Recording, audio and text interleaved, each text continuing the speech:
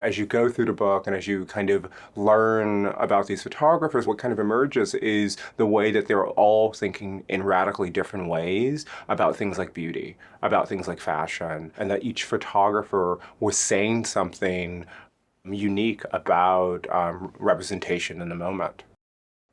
My approach is really about like it's a second nature approach to masculinity. It's like any notions or anything having to do with that construct, like I just kind of am interested in like tossing out the window and being like, if we imagine a future where that stuff doesn't exist and people are just behaving as they want to behave, like making comments that they want to make and not questioning, hanging out at the park and being like, I'm gonna lay out my picnic table, I'm gonna eat my grapes, I'm gonna enjoy my day, and that's gonna be that. Like, I think that is when you just stop questioning your behaviors, because masculinity is like questioning behaviors through constructs. It's like, I don't want to do that because that's outside the bounds of masculinity, and I'm a man, and this is this, and that is that.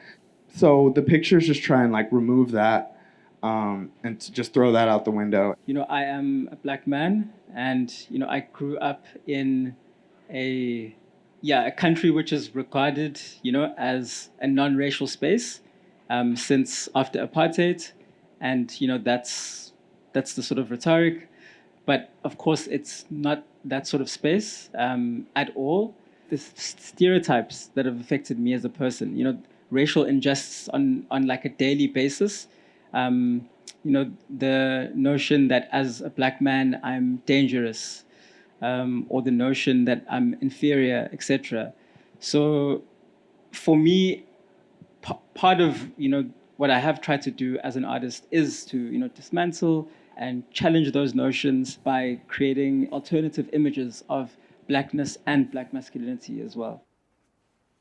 It wasn't until relatively recently that there's been a real market for Black artistic production. For a very long time, Black artists were not allowed into museums, right? We're not allowed into galleries, right? And I think that we have to acknowledge the fact that like that has changed, and that that comes with its own set of problems. I wanted to do this really complicated orchestrated music video with a lot of extras and a whole lot of extra mess. And basically, NYU didn't approve my proposal. It was going to be a school project, and essentially, they didn't give me the insurance or the equipment, which was what I needed to make the film. And since they denied me that, I think basically there was a switch in my head about my practice, which was that, okay, if I'm not going to be able to make this kind of long, complicated thing, I'm going to make very direct, exacting statements about what I want to say with as few tools as possible, with as little resources as possible, and say it as exactly as I can. I don't consider myself like a fashion photographer. Fashion is something that I use or that I appropriate in my work. Like I would say with advertising as well, I'll use or appropriate aesthetics from advertising. So in terms of style, maybe it's maybe an approach to image making more than like a sort of visual style.